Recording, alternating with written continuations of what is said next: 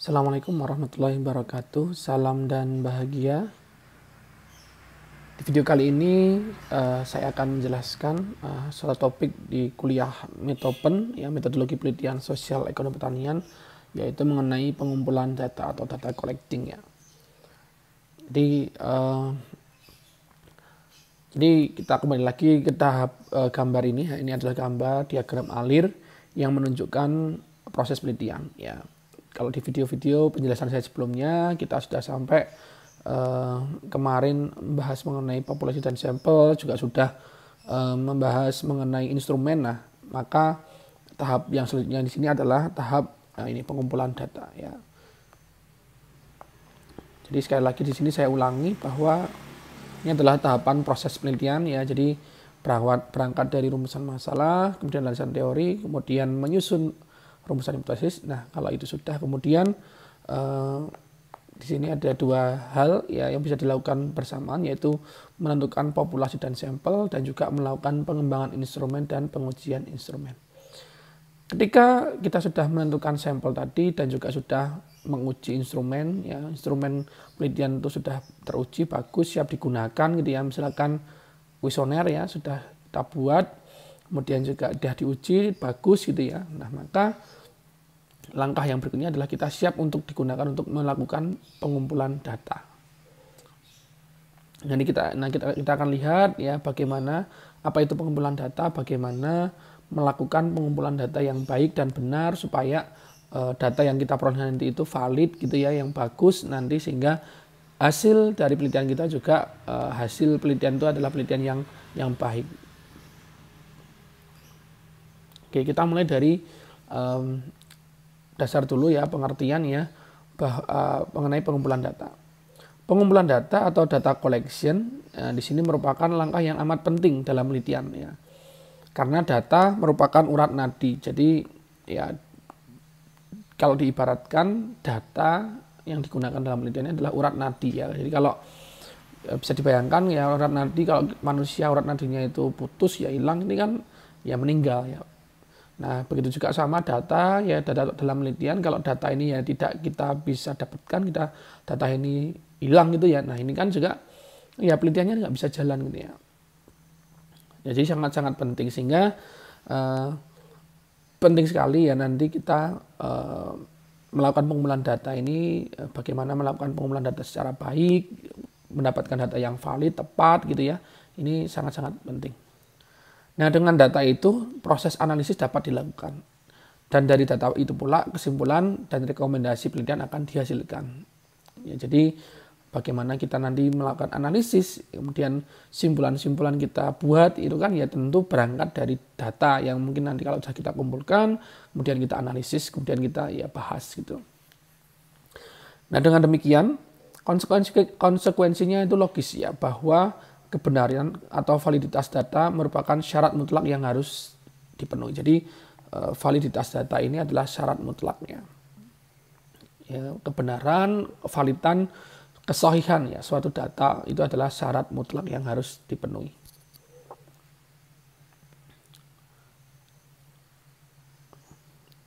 Nah, lalu bagaimana cara mengumpulkan data, ya? Nah, terdapat dua hal utama yang mempengaruhi kualitas data hasil penelitian. Jadi, mutu kualitas dari data hasil penelitian itu dipengaruhi oleh dua hal. Yang pertama itu adalah kualitas instrumen penelitian. Yang kedua adalah kualitas dari pengumpulan data. Kualitas instrumen penelitian itu adalah seberapa besar validitas dan reliabilitas instrumen, ya. Jadi instrumen yang kita gunakan, ya, misalkan itu kuesioner, ya, bagaimana kuesioner tersebut tingkat validitasnya, tingkat reliabilitasnya. Nah, nanti maka kemarin kan sudah dijelaskan bagaimana melakukan pengujian instrumen, ya, melakukan pengujian instrumen, melakukan pengujian kuesioner supaya instrumen kuesioner tersebut itu sudah teruji, ya. Kalau memang itu sudah bagus, ya, sudah valid, ya, maka bisa mendapatkan data yang valid. Nah, maka bisa kita gunakan untuk melakukan pengumpulan data ini. Sementara itu, kualitas pengumpulan data ini adalah menunjukkan ketepatan cara-cara yang digunakan untuk mengumpulkan data. Jadi bagaimana kita menggunakan instrumen tersebut ya untuk mengumpulkan data.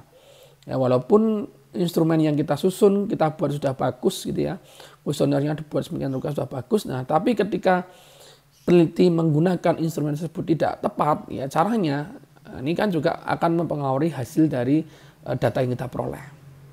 Jadi penting dua hal tersebut ya, baik dari sisi instrumennya maupun dari cara kita melakukan pengumpulan data. Jadi instrumen yang sudah teruji validitas dan reliabilitasnya belum tentu dapat menghasilkan data yang valid dan reliable apabila instrumen tersebut tidak digunakan secara tepat dalam pengumpulan data tadi ya. Jadi dua hal ini ya. Jadi tidak hanya instrumen tapi juga cara pengumpulan datanya. Nah, pengumpulan data itu dapat dilakukan dalam berbagai setting, berbagai sumber dan berbagai cara. Kalau kita lihat dari segi setting, ya dapat dikumpulkan misalkan secara menggunakan setting alamiah, natural setting ya. Jadi apa adanya gitu ya. Misalkan data yang di lapangan ya, mengambil sampel di lapangan ya tanpa kita ada perlakuan ya, apa adanya natural. Kemudian juga bisa dengan setting laboratorium dengan eksperimen ya. Ini kan kalau di lab tentu kan biasanya dengan perlakuan dan sebagainya. Kemudian di rumah dengan berbagai responden, mungkin juga pada suatu seminar, diskusi, dan lain-lain. Jadi banyak setting, banyak tempat yang bisa kita gunakan. Nah, apabila dilihat dari sumber data, maka data itu ada dua, ada sumber primer dan sumber sekunder ya. Primer artinya adalah yang utama, ini yang pengumpulan data yang dilakukan secara langsung dengan responden gitu ya. Misalkan saya ingin penelitian mengenai usaha tani, kemudian saya langsung mengambil data primer itu dengan melakukan wawancara langsung dengan responden, ya dengan petani yang saya pilih menjadi sampel. Sementara itu kalau sekunder ini pengumpulan datanya tidak mengambil secara langsung ke responden, tetapi melalui instansi organisasi yang memang bertugas atau memiliki data gitu ya. Misalkan saya mengambil data dari BPS ya, dari Badan Pusat Statistik, dari Kementerian Pertanian, Kementerian Keuangan dan sebagainya. Ya, jadi itu kalau kita lihat dari sumber data ya. Jadi memang nanti kalau kalian dalam melakukan penelitian ya biasanya tetap ya dua sumber tersebut tetap kita ambil, tetap kita gunakan ya, baik yang primer maupun sekunder, karena kedua jenis data tersebut akan saling melengkapi di dalam nantinya kita akan melakukan pembahasan. Sementara itu kalau kita lihat dari segi cara, ada 4 cara yang kurang lebih umum dilakukan ya dalam penelitian. Ada menggunakan cara observasi, kemudian metode kuesioner, angket, kemudian metode wawancara, interview, dan juga metode pencatatan. Nah, ini adalah 4 cara melakukan pengumpulan data. Nanti kita akan lihat masing-masing tiap-tiap cara tersebut bagaimana cara menggunakannya.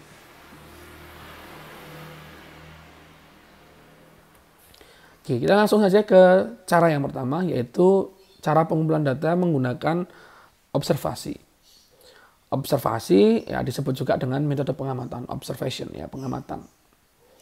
Observasi atau pengamatan adalah alat pengumpul data yang dilakukan dengan cara mengamati dan mencatat segala sistematik gejala-gejala yang diselidiki. Jadi kalian melakukan pengamatan, ya tentu dengan kalian berada di lapangan, ya kemudian melakukan pengamatan pada keadaan sekitar, kemudian dicatat ya gejala-gejala, ada suatu hal yang menarik yang itu secara sistematik tadi ya, yang menurut kalian itu bagus, perlu diselidiki. Memang itu berkaitan dengan penelitian tersebut ya, ini kita catat gitu ya. Kemudian dengan adanya cara ini dimungkinkan penafsiran secara ilmiah. Jadi kita tafsir secara ilmiah tentu dengan berdasarkan ilmu-ilmu, berdasarkan pustaka-pustaka yang itu memang valid gitu ya. Nah, ini adalah beberapa petunjuk untuk melakukan pengumpulan data menggunakan observasi atau pengamatan. Yang pertama, kita harus memiliki pengetahuan tentang apa yang akan diobservasi. Ya. Maka terlebih dahulu kita harus punya pengetahuan tentang apa yang akan diobservasi. Ya. Jadi jangan melakukan observasi pengamatan ya kalau kita belum memiliki pengetahuan tentang apa yang akan kita observasi. Jadi harus kita punya modal pengetahuan dulu. Kenapa demikian? Supaya ketika nanti kita di lapangan melakukan pengamatan, ketika ada hal-hal yang menarik, hal-hal yang itu mungkin menyimpang, ya ada terlihat suatu masalah di sana, nah ini kita bisa memahami. Tapi kalau kita tidak kenal terlebih dahulu dengan apa yang akan kita amati, ya nanti ketika ada hal-hal tadi yang mungkin menyimpang, menarik gitu ya, tidak sesuai dengan yang seharusnya gitu kan, ya kita kan nggak tahu. Nah sehingga perlu adanya pengetahuan terlebih dahulu. Ya kemudian yang kedua adalah menyelidiki tujuan penelitian. Ya jadi sesuai dengan jadi kembali lagi ke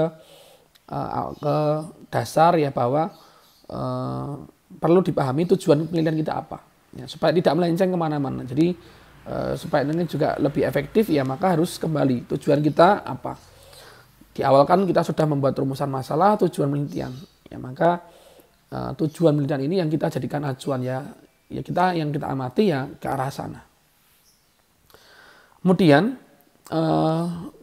yang ketiga adalah menentukan cara untuk mencatat hasil observasi ya.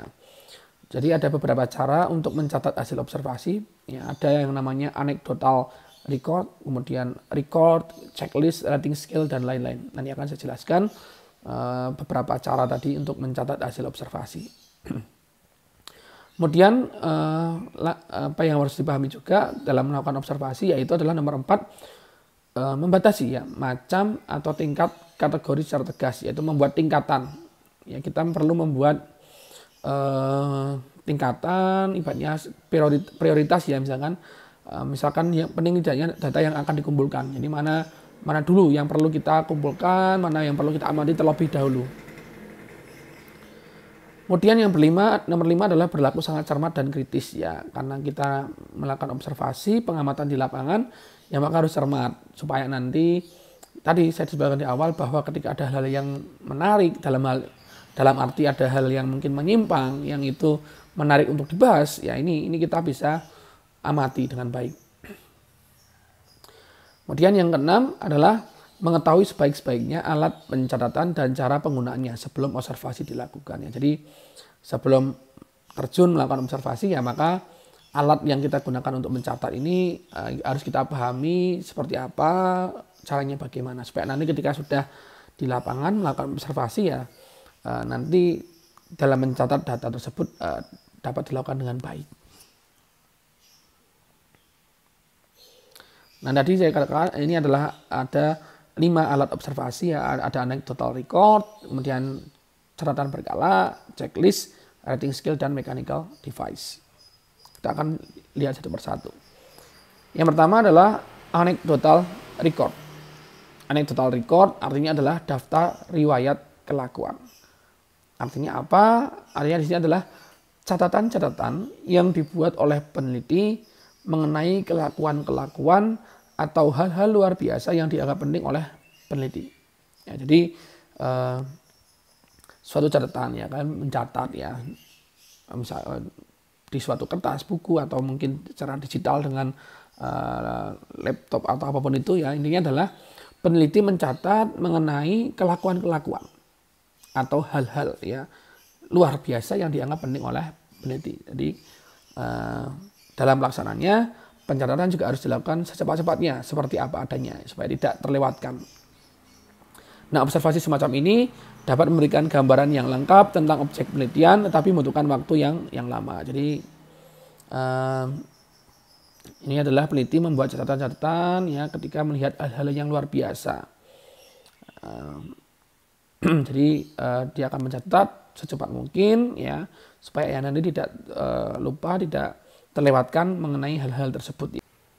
Ya, jadi contoh anecdotal record ini mungkin untuk penelitian sosial, misalkan psikologis gitu ya, penelitian dalam bidang psikologi, orang suatu guru ingin mengamati perilaku murid anak gitu ya, atau mungkin perilaku murid siswanya seperti apa. Nah ini bisa melakukan menggunakan anecdotal record ya. Jadi dia melakukan observasi pengamatan, kemudian kalau ada kelakuan-kelakuan atau mungkin perilaku yang itu luar biasa dianggap penting ya terkait apa yang ingin diamati, nah ini kemudian dicatat. Nah ini dengan catatan-catatan yang dibuat nanti ini bisa digunakan untuk penjelasan atau membahas ya mengenai data tersebut.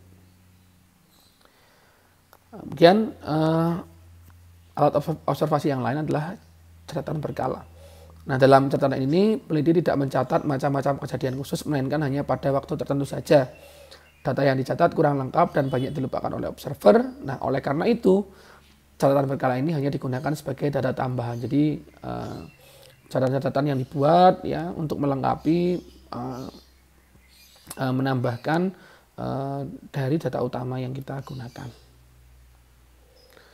Kemudian alat observasi yang berikutnya adalah checklist. Checklist itu adalah daftar yang berisi nama-nama subjek dan faktor-faktor yang hendak diselidiki yang bermaksud mensistematiskan catatan observasi. Alat ini lebih memungkinkan peneliti memperoleh data yang meyakinkan dibandingkan yang lain. Hal ini dikarenakan faktor-faktor yang akan diteliti sudah dicatat dalam daftar isian. Jadi peneliti nanti tinggal memberi tanda cek centang. Ya, jadi kalau kita ingin mengamati beberapa hal gitu ya, maka akan lebih baik dibuat checklist ya daftar centang. Jadi ada beberapa poin ya nanti kita amati. Nah mungkin kalau itu sudah teramati atau hal yang sudah kita amati, ya, diberikan tanda ya, cek ya centang pada belangko supaya tidak terlewatkan, supaya tidak ketinggalan ya untuk kita amati gitu ya. Ini contoh checklist ya. Nah, ini contoh checklist tentang kehadiran penyuluh pertanian. Misalkan ada beberapa faktor yang kita observasi, kita amati ya. Ada ini adalah nama-nama penyuluh gitu ya. Kemudian ada hal yang kita amati, misalkan selalu datang lebih awal ya, ini terkait kehadiran, ya kemudian tidak pernah absen, memuat catatan tertib dan sebagainya. Kita akan checklist ya mana yang itu yang mereka lakukan gitu ya.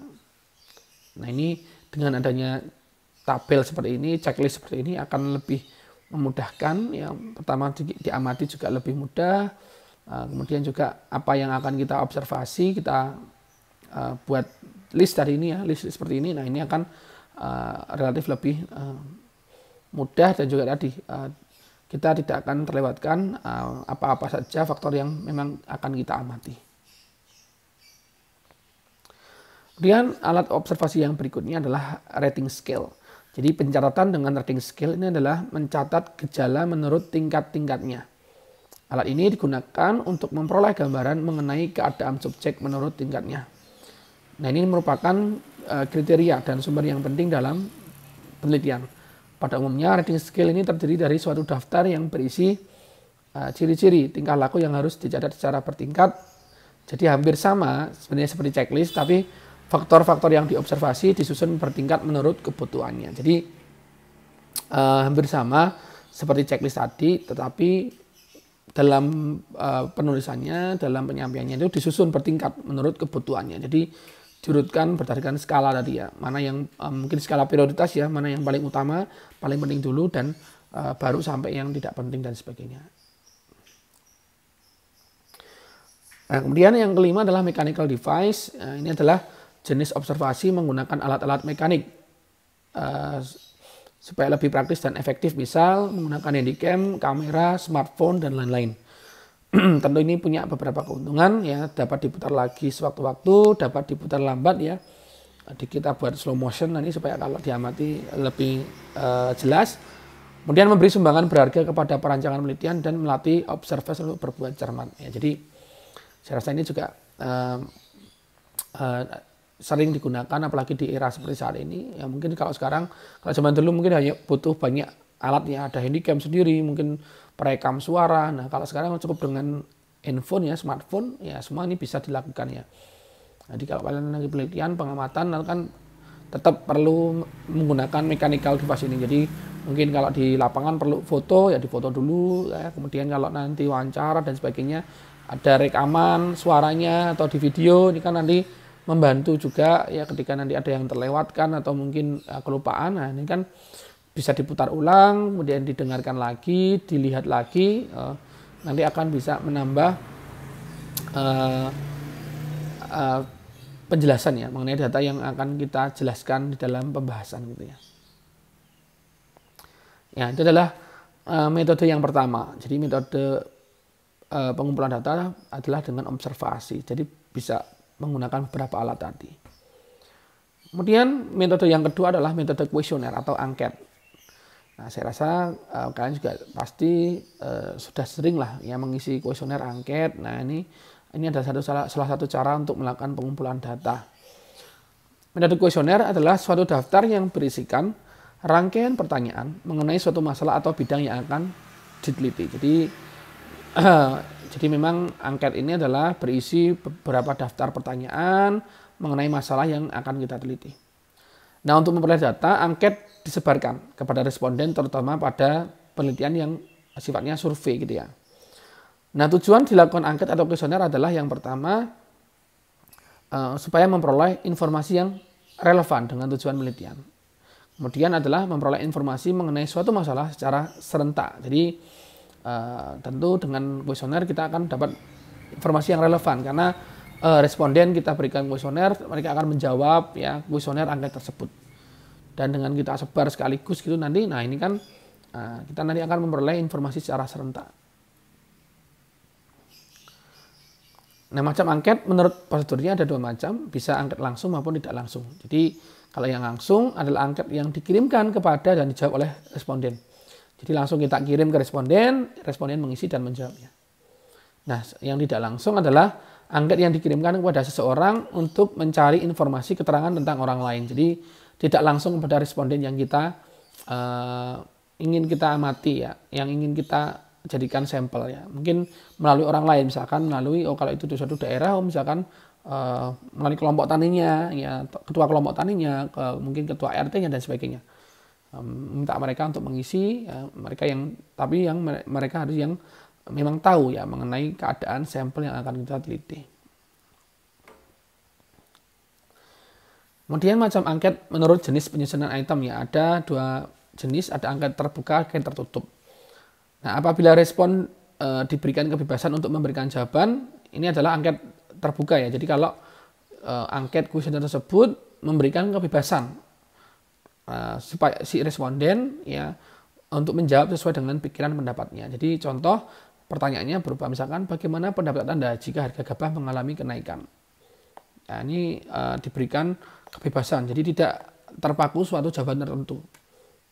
Ini adalah angket terbuka. Kemudian ada yang angket tertutup. Nah, ini kebalikannya. Ini adalah angket yang berisikan pertanyaan yang dilengkapi dengan jawaban yang harus dipilih oleh responden tanpa ada kebebasan bagi responden untuk memberikan alternatif jawaban lain. Contoh, bagaimana pendapat Anda jika harga gabah mengalami kenaikan, setuju, tidak setuju. Jadi, jawabannya sudah disediakan oleh si peneliti. Jadi, tidak harus terpaku dengan jawaban tersebut. Dan yang berikutnya adalah semi terbuka dan tertutup, jadi gabungan. Jadi ini adalah angket yang memuat pertanyaan di mana jawaban pertanyaan telah disiapkan, tetapi responden masih diberi kesempatan untuk menjelaskan panjang lebar.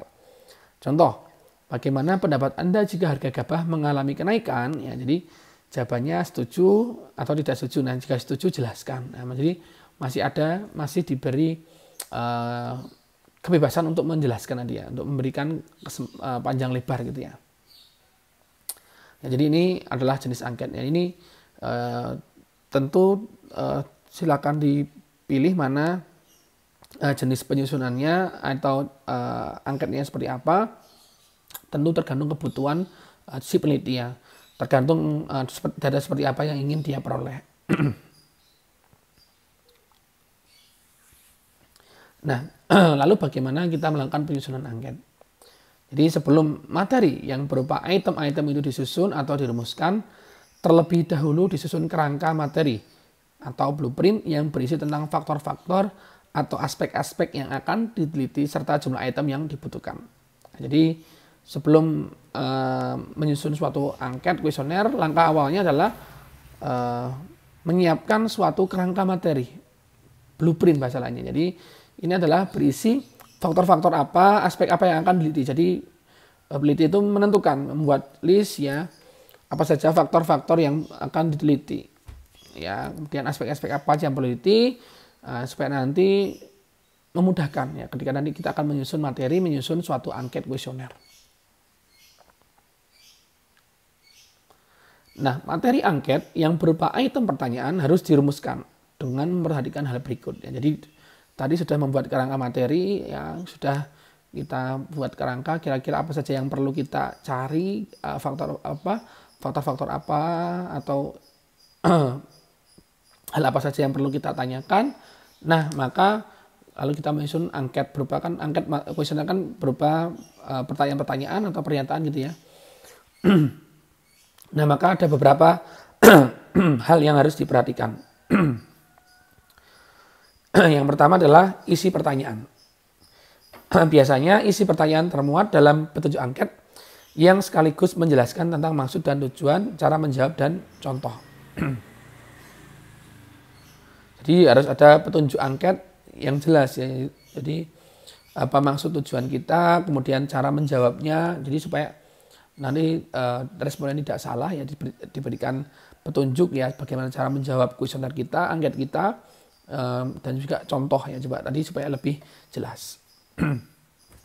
Kemudian perumusan pertanyaan. Pertanyaan dalam angket harus dirumuskan dalam kalimat yang sederhana, tidak ada kata-kata rangkap arti, tidak subjektif, tidak emosional. Jadi memang supaya nanti si responden, orang yang mengisi angket itu tidak bingung ya, maka dibuat ya sebaik mungkin kalimat pertanyaannya ya. Jadi pastikan tidak ada kata yang rangkap arti ya, multitafsir, kemudian tidak subjektif ya, dan tidak emosional dan sebagainya. Kemudian susunan pertanyaan. Pertanyaan disusun sedemikian rupa sehingga merangsang responden untuk menjawab seluruh angket dengan sejujur-jujurnya, bukan karena paksaan, tertekan, dan takut. Ya, jadi bagaimana kalian nanti menyusun daftar-daftar pertanyaan tadi ya, buatlah dengan sebaik mungkin kalimatnya, dan juga dibuat supaya responden nanti itu akan mengisi seluruh pertanyaan itu dengan baik, dengan jujur, apa adanya ya. Nah, kemudian setelah itu adalah harus dimasukkan segala kemungkinan jawaban, disusun sistematis berdasarkan blueprint. Nah, kemudian tiap ganti cara diberi petunjuk baru dan diberi contoh. Jadi harus disiapkan segala kemungkinan jawaban yang mungkin dijawab oleh responden. Ya, supaya nanti memang kita bisa benar-benar mendapatkan gambaran. Karena kalau kita tidak menyiapkan jawaban yang itu tidak sesuai, yang tidak sesuai dengan apa yang seharusnya akan dijawab oleh responden, ini kan kita tidak akan memperoleh data yang baik ya, maka perlu disiapkan ya kemungkinan berbagai jawaban. Kemudian kalau itu misalkan dalam angket itu ada beberapa jenis pertanyaan gitu ya, kemudian tiap ganti cara, misalkan ada mungkin angket di awal itu mengenai apa ya, persepsi gitu ya, dibuat pertanyaan itu dengan mencentang atau disilang gitu ya, mana yang sesuai dengan jawaban. Mungkin nanti ada di bagian berikutnya itu menjawabnya dengan isian. Nah, ini kan tiap ganti cara ini juga harus diberi petunjuk ya, supaya nanti tidak salah. Kemudian bentuk pertanyaan. Harus diperhatikan apakah penelitian mau menggunakan isian atau pilihan atau campuran. Nah, ini perlu dipertimbangkan juga. Nah, ini dimaksudkan untuk memudahkan responden menjawab. Jadi bagaimana tergantung kebutuhan kita juga ya, data seperti apa yang memang kita mau gunakan ya, maka tentukan ya mau menggunakan isian, pilihan, campuran, dan sebagainya. Kemudian penyebaran angket. Nah, ini tahap selanjutnya adalah menyebarkan angket kepada responden penelitian. Nah, ini setelah dibuat kuesioner angket tadi dengan berbagai pertanyaan tadi, nah maka disebarkan ya. Nah, kalau dulu kan masih mungkin dengan add file, dengan perlu print-printan gitu ya, kemudian kita bagikan kepada responden. Nah, atau mungkin kalau zaman sekarang sudah menggunakan Google Form gitu ya, sudah kita buat angketnya, tinggal kita share linknya gitu ya. Nah, ini Ini juga kembali lagi tergantung kebutuhan ya. Nah, intinya adalah angket ini bisa tersebar ke responden nanti bisa menjawab, mengisinya, kemudian kembali kepada kita. Nah, sebelum suatu kuesioner itu benar-benar akan digunakan dalam suatu penelitian, maka ada beberapa hal yang harus kita perhatikan. Yang pertama adalah mengadakan diskusi dengan ahli atau orang yang mempunyai pengetahuan yang mapan dengan bidang yang diteliti. Jadi sebelum kuesioner ini kita bagikan, kita gunakan benar ke responden, ada baiknya kita diskusi dulu kepada orang yang memang ahli, yang memiliki pengetahuan, ya, supaya nanti kuesioner angket tersebut itu sebelum digunakan kan kita diskusi, apakah memang dengan kuesioner tersebut sudah mampu mendapatkan data yang kita inginkan, ya. Nah, tentu kita akan mendapatkan masukan.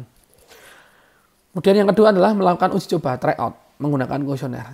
Nah, maksud dari tryout ini adalah untuk mengetahui apakah tiap-tiap pertanyaan sudah dipahami atau belum oleh responden.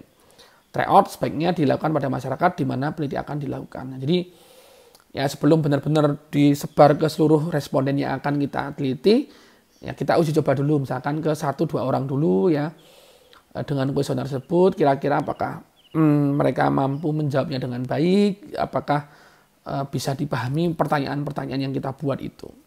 Sehingga nanti ketika ditemukan ada hal-hal yang kurang, pertanyaannya kurang jelas, atau mungkin juga memang ternyata memang ada beberapa poin yang perlu kita tambahkan, nah ini kan bisa kita perbaiki.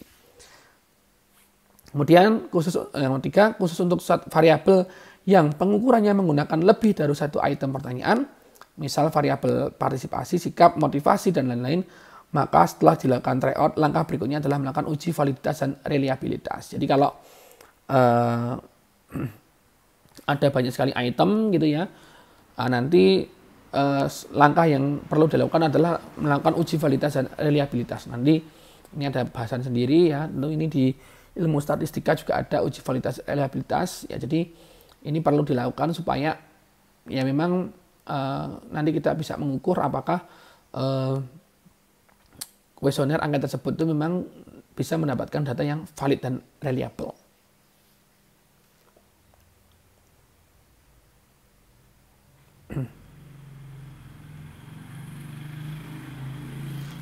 Kemudian yang ketiga, metode pengumpulan data adalah metode wawancara. Wawancara ini adalah kegiatan mencari bahan, keterangan, pendapat melalui tanya jawab lisan dengan siapa yang diperlukan. Nah, wawancara diadakan untuk mengungkapkan latar belakang, motif yang ada di sekitar masalah yang diobservasi. Oleh karena itu, wawancara dilakukan apabila keterangan atau pendapat dengan jalan lain sudah tidak dapat diperoleh atau jalan lain dianggap terlalu sulit diperoleh. Jadi kalau memang observasi itu tadi di awal itu sudah mentok, ternyata belum bisa mendapatkan apa yang ingin kita cari tahu, bisa kita wawancara. Intinya adalah wawancara ini adalah kita mencari bahan, keterangan, pendapat melalui tanya jawab lisan. Wawancara ini ada beberapa jenis ya berdasarkan kriteria tertentu. Misalnya yang pertama non-directive interview, ini adalah interview secara bebas. Jadi penanya membiarkan orang yang ditanya itu bicara seluas-luasnya. Baru kemudian pada suatu ketika ada jawaban yang dipandang sesuai, penanya kemudian mengajukan pertanyaan lebih rinci. Jadi non-directive, jadi tidak diarahkan. Jadi kita mungkin ada pertanyaan pancingan dulu, kemudian nanti responden bicara seluas-luasnya. Nah kalau nanti ada hal yang menarik, ada yang sesuai dengan apa yang tujuan kita, nah kita baru kita tanya secara rinci. Ada juga wawancara dengan fokus interview. Ini adalah wawancara yang dari awal itu sudah diarahkan ya ke fenomena yang dikehendaki peneliti. Nah, pertanyaan-pertanyaan sudah disiapkan dan dirangkai sedemikian rupa sehingga diharapkan jawaban dari responden akan menjurus ke tujuan tertentu. Nah, jadi memang ini sudah ada list pertanyaan yang memang kita tentukan. Jadi tidak dibebaskan ya. Jadi memang responden ya menjawab apa yang ingin kita tanyakan saja. Yang ketiga adalah repeated interview. Ini adalah cara ini dapat dilakukan bila peneliti ingin mengetahui perubahan-perubahan untuk jangka waktu tertentu. Jadi ini repeated artinya adalah diulang. Jadi wawancara yang diulang. Jadi maksudnya adalah memang kalau kita ingin mengetahui perubahan-perubahan untuk jangka waktu tertentu. Misalkan responden kita wawancarai, ya kemudian nanti beberapa bulan lagi atau mungkin setelah ada kegiatan tertentu kita akan wawancara ulang. Nah, nanti perubahannya seperti apa? Ini kan memang dilakukan kalau memang ingin mengetahui perubahan terhadap suatu hal gitu ya. Nah, rencana wawancara pada dasarnya itu berisikan petunjuk ya bagaimana wawancara akan dilaksanakan dan apa yang perlu ditanyakan. Dalam garis besarnya, rencana wawancara itu berisi satu, masalah-masalah yang perlu diketahui. Jadi masalah yang ditanyakan perlu dirumuskan secara rinci agar penanya tidak kehilangan arah. Ya, jadi wawancara yang baik ya tentu kita perlu buat rencananya supaya nanti dalam pelaksanaan ya tentu nanti bisa berjalan dengan efektif, didapatkan data yang baik. Nah, pertama yang perlu kita buat dalam rencana wawancara ini adalah masalah tadi, apa yang perlu kita ketahui. Dibuat daftarnya apa saja masalah-masalah yang ingin kita tanyakan kepada responden. Yang kedua adalah sasaran wawancara. Sasaran wawancara perlu ditetapkan agar sasaran yang hendak dicapai jelas. Ya, jadi siapa yang akan kita jadikan responden ditentukan. Kemudian yang ketiga adalah bagaimana wawancaranya. Jadi penanya, interviewer perlu menyatu dengan responden terlebih dahulu. Dalam arti bahwa penanya jangan sampai melakukan pertanyaan sebelum responden akrab dengan penanya. Jadi memang ya perlu kita ada pendekatan terlebih dahulu dengan responden ya supaya lebih enak nanti di dalam menjalankan wawancara. Karena kalau sudah akrab ya nanti responden nanti ketika akan menjawab pertanyaan itu akan lebih nyaman gitu ya. Nah, kemudian yang terakhir metode pengumpulan data adalah dengan melakukan yang namanya metode pencatatan. Yang dimaksud dengan metode pencatatan adalah dengan cara mencatat data yang sudah tersedia di sumber-sumber data. Jadi sumber data ada banyak ya, bisa melalui departemen dan dinas, bisa lembaga pemerintah ya, misalkan BPS, Kementerian Pertanian, Keuangan dan sebagainya. Atau juga bisa dari lembaga swasta dan NGO. Nah, NGO adalah non-government ya, organization, perusahaan swasta, LSM, asosiasi, dan lain-lain. Nah, data yang diperoleh dengan metode ini biasanya berupa angka, grafik, dan lain-lain. Jadi ini, nah pencatatan juga dilakukan saat melakukan observasi dan wawancara. Jadi pencatatan itu adalah mencatat data dari sumber data yang ada. Ya, jadi bisa dari berbagai sumber tadi, ya, dan juga pencatatan ini juga bisa dilakukan ya saat melakukan observasi dan wawancara. Nah, jadi ini adalah 4 cara tadi ya pengumpulan data. Nah, ini adalah cara-cara pengumpulan data yang bisa kita gunakan ya untuk mengumpulkan data. Nah, nanti silakan ya tentukan cara mana yang itu bisa digunakan sesuai dengan kebutuhan kita sebagai peneliti. Kita di bidang sosial ekonomi pertanian ya apa yang memang tergantung juga tujuan penelitian kita apa. Nah, nanti kita tentukan kira-kira nanti menggunakan cara pengumpulan datanya menggunakan cara yang seperti apa, yang efektif, yang nanti bisa mendapatkan data yang bagus. Ya, jadi silakan dipahami mana masing-masing cara tersebut ya supaya nanti kita bisa menentukan cara pengumpulan data yang tepat. Nah, jadi itu mengenai pengumpulan data. Terima kasih atas perhatiannya. Mohon maaf apabila ada kekurangan dari saya. Terima kasih. Wassalamualaikum warahmatullahi wabarakatuh. Salam.